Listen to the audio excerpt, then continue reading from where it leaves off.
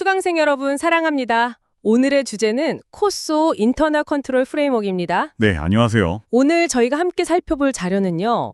2.4 코쏘 인터널 컨트롤 프레임워크.txt 이 발췌본인데요. 조직 운영의 핵심이기도 하고 또 감사의 기초가 되는 이 코쏘 내부 통제 프레임워크에 대해서 좀 깊이 들어가 보려고 합니다. 좋습니다. 이 프레임워크가 도대체 뭐고 또 왜 중요하고 어떻게 구성되어 있는지 그 핵심만 빠르게 파악하는 게 저희 목표입니다. 네, 그럼 우선 내부 통제, 영어로는 인터널 컨트롤이죠?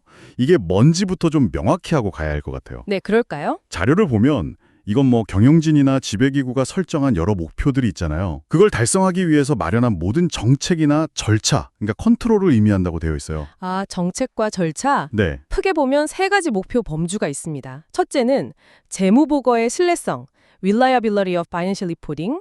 둘째는 운영의 효과성과 효율성, effectiveness and efficiency of operations. 그리고 마지막으로 관련 법규 준수, compliance with applicable laws and regulations. 이 세 가지예요.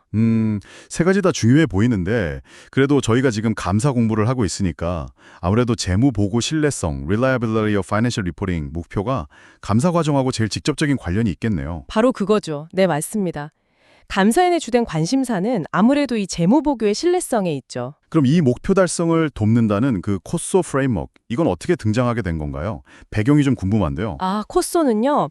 그 Committee of Sponsoring Organisations의 약자인데요. 미국의 주요 금융 전문가 협회 5곳, AAA, AICPA, FEI, IIA, IMA 같은 곳들이 후원해서 만든 독립적인 민간 기구예요. 아, 민간 기구군요. 네, 이게 1980년대 중반에 당시에 좀 부정재무 보고 사례가 많았나 봐요. 그래서 그 원인을 좀 체계적으로 연구하려고 설립됐고요. 그 결과로 1992년에 아주 중요한 보고서 Internal Control Integrated Framework를 발표하게 된 거죠. 이게 우리가 오늘 다루는 프레임워크의 이제 시초라고 할 수 있습니다. 아하, 1992년. 그런데 자료에는 2013년에 업데이트되었다 이렇게 나와 있거든요. 시간이 꽤 흘렀는데 어떤 변화가 있었던 걸까요? 네, 맞아요. 92년 이후로 세상이 정말 많이 변했잖아요. 기술도 엄청 발전했고 비즈니스 모델도 다양해지고 세계화, 아웃소싱, 또 규제 환경도 훨씬 복잡해졌고요. 그렇죠. 환경이 많이 달라졌죠. 네, 그래서 2013년 업데이트는 이런 환경 변화를 반영한 거예요. 기존의 핵심 개념은 그대로 가져가되 이걸 17개의 구체적인 원칙으로 좀 더 명확하게 만들고 이걸 다시 5가지 주요 구성 요소 아래로 체계화시킨 거죠. 17개 원칙, 5개 구성 요소. 뭔가 더 구체화되었다는 느낌이네요. 네, 그런데 중요한 건요. 이게 단순히 규정 목록을 늘린 게 아니라는 점이에요. 아, 그게 무슨 말씀이시죠? 단순 규정 준수 이상이다. 그렇습니다. 이 프레임워크의 목적 자체가 첫째로는 경영진이나 이사회가 효과적인 내부 통제 시스템을 잘 이해하고 적용하도록 돕는 거고요. 둘째로는 외부 이해 관계자들한테 이 조직은 믿을 만하다는 신뢰를 주는 거예요. 네네. 근데 이걸 단순히 체크리스트처럼 했다 안 했다 이렇게 따지는 게 아니고요. 이 통제가 정말로 충분한가? 제대로 적용되고 있나? 그래서 효과가 있나? 이런 걸 평가할 때 전문가적인 판단, 즉 저주먼트가 아주 중요하다는 걸 강조하고 있어요. 그래서 이걸 원칙 기반 접근 방식이라고 부르는 거죠. 아, 그렇군요. 단순히 형식만 갖추는 게 아니라 실질적인 효과성 평가에 저주먼트가 필요하다. 원칙 기반 접근, 흥미롭네요. 그래서 그 CSO, CO큐브라는 것도 있잖아요. 그건 어떤 건가요? 네, 그 큐브는 이 프레임워크를 시각적으로 좀 더 쉽게 이해하도록 돕는 도구인데요. 가로축에는 아까 말한 3가지 목표, 운영, 보고, 준수, Operations, Reporting, Compliance. 세로축에는 이제 설명할 5가지 구성 요소, 그리고 깊이 제3의 차원에는 조직 구조, 전사단위, 사업부 단위 등을 배치해서 이 요소들 간의 관계를 입체적으로 보여주는 거죠. 아하, 그 그림을 보면 좀 더 한눈에 들어오겠네요. 좋습니다. 그럼 이제 정말 핵심인 5가지 구성 요소로 들어가 보죠. 이거 기억하기 쉽게 CRIME라는 두 문자로도 부른다고요? 네, 맞습니다. CRIME. 효과적인 내부 통제나 되려면 이 5가지 구성 요소와 관련된 아까 말씀드린 17개 원칙이 모두 존재하고 또 제대로 기능해야 한다는 게 핵심입니다. CRM은요, Control Environment, 우리말로는 통제 환경. 통제 환경. 네.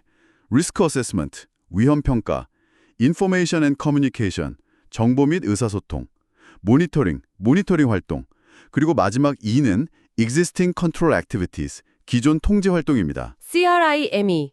순서대로 한번 보죠. 첫 번째, 통제 환경, control environment. 이게 모든 것의 기초가 된다 이런 말이 있던데요. 네, 정확합니다. 이게 가장 기본이에요.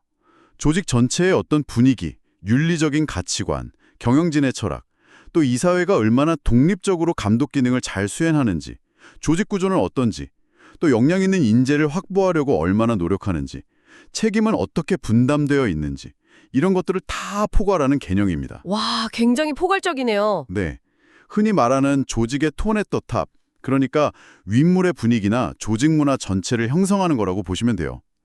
이게 제대로 안 서 있으면 다른 통제 절차들이 아무리 훌륭하게 설계되어 있어도 사실 효과를 보기 어렵습니다.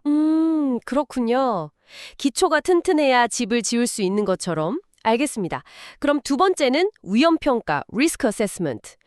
근데 이건 저희 감사 시간에 배우는 감사인의 위험평가랑은 좀 다른 거죠? 네, 아주 중요한 포인트입니다. 여기서 말하는 위험평가는 감사인이 하는 게 아니라 경영진이 하는 거예요. 아, 경영진이. 네. 조직의 목표 달성을 방해할 수 있는 여러 위험 요인들, 뭐 내부적인 것도 있고 외부적인 것도 있겠죠. 이런 것들을 식별하고 분석하는 과정입니다.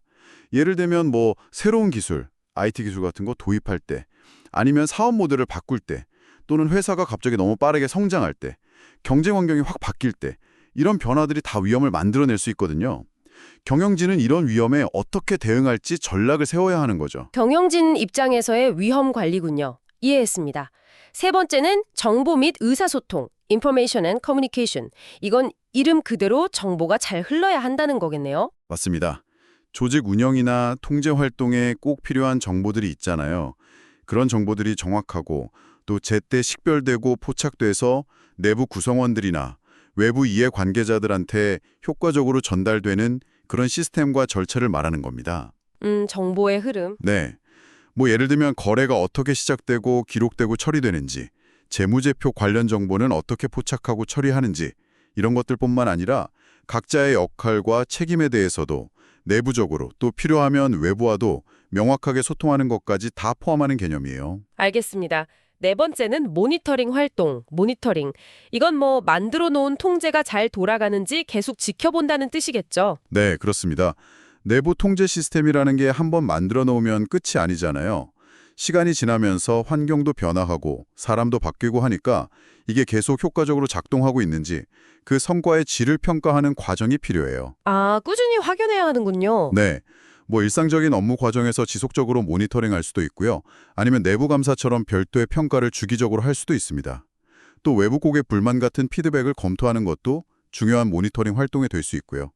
이런 활동을 통해서 통제의 약점을 찾아내고 개선해 나가야 하는 거죠. 그렇군요. 자, 이제 마지막 다섯 번째네요. 기존 통제 활동, existing control activities. 이게 우리가 보통 생각하는 그런 구체적인 통제 절차들, 그런 것들이겠네요. 아까 paid tips 이런 기억법도 잠깐 언급하셨는데요. 맞습니다. 이게 바로 그 위험평가, 리스크 어세스먼트에서 식별된 위험들을 실제로 줄이기 위해서 그리고 경영진의 지침이 잘 이행되도록 보장하기 위해서 마련된 구체적인 정책과 절차들이에요. 예를 들면 어떤 것들이 있을까요? 정말 다양한데요.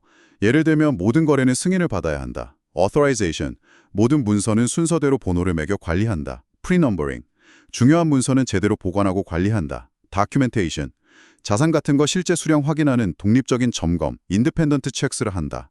성과 검토, timely performance reviews를 정기적으로 한다. 전산 시스템 접근 통제, 같은 정보 처리 통제, information processing controls를 한다. 뭐 금고나 잠금 장치 같은 물리적 통제, physical controls로 자산을 보호한다. 그리고 아주 중요한 직무 분장, segregation of duties 같은 것들이 있죠. paid tips는 이런 활동들의 예를 좀 기억하기 쉽게 앞글자를 딴 거고요. 아, paid tips. 정말 많은 활동들이 있네요. 그런데 방금 특히 중요하다고 하신 직무 분장, segregation of duties, 이건 정말 많이 강조되는 것 같아요. ARC라는 기억법도 있지 않나요? 네, 맞습니다. 직무 분장은 정말 내부 통제의 핵심 중에 핵심이라고 할 수 있는데요. ARC 기억법, 아주 좋습니다. authorization, 즉 거래나 업무를 승인하는 기능, record keeping, 거래나 활동을 기록하는 기능, 그리고 custody, 관련된 자산을 보관하거나 관리하는 기능. 이 세 가지 핵심적인 기능은 서로 다른 사람이나 부서가 나누어서 담당해야 한다는 원칙이에요. 아, 승인, 기록, 보관을 분리한다. 왜 그렇게 해야 하는 거죠? 만약에 한 사람이 이 세 가지 기능을 다 할 수 있다면요. 예를 들어서 있지도 않은 거래를 승인하고 그걸 장부에 기록하고 관련된 자산을 자기라 슬쩍 빼돌리기가 너무 쉬워지겠죠. 그리고 그걸 숨기기도 쉽고요. 아, 부정이나 오류가 발생할 위험이 훨씬 커지겠군요. 그렇죠. 그래서 이 기능들을 서로 분리함으로써 상호 견제가 가능하게 하고 오류나 부정을 예방하거나 적발할 가능성을 높이는 겁니다. 이게 바로 직무분장의 핵심이죠. 네, AILC 꼭 기억해야겠습니다. 오늘 이렇게 코소 프레임워크의 5가지 구성 요소, CRIM에 대해서 자세히 알아봤습니다. 전체적인 뼈대를 잘 잡은 것 같아요. 네, 도움이 되셨길 바랍니다. 마지막으로 이런 질문을 한번 던져보고 싶어요. 이 프레임워크가 2013년에 기술 변화 같은 걸 반영해서 업데이트 됐다고 했잖아요. 근데 지금은 또 그때랑은 비교도 안 되게 뭐 인공지능 AI다, 아니면 리모트 워크, 원격 근무다, 이런 새로운 환경 변화가 엄청나잖아요. 이런 상황 속에서는 이 코소의 5가지 요소들을 어떻게 적용하고 평가해야 할까요? 앞으로 이 프레임워크가 또 어떻게 진화해야 할지 이런 걸 생각해보는 것도 참 의미 있을 것 같습니다. 아주 중요한 질문이신데요. 사실 그게 계속 고민해야 할 숙제죠. 프레임워크 자체는 원칙 중심이니까 유연성이 있지만 말씀하신 AI나 리모트워크 환경에서의 구체적인 통제 적용 방식, 예를 들어 데이터 접근 통제나 원격 근무자의 업무 감독 같은 부분은 계속해서 새로운 고려사항들이 생겨날 겁니다. 프레임워크는 살아있는 도구니까요. 환경에 맞춰서 그 적용 방식도 계속 발전시켜 나가야 할 것입니다. 네, 그렇겠네요. 끊임없이 고민하고 적용해 나가야 하는 과제인 것 같습니다. 오늘 좋은 말씀 감사드립니다. 사랑하는 여러분의 빠른 합격을 기원합니다. 네, 여러분 모두 화이팅입니다.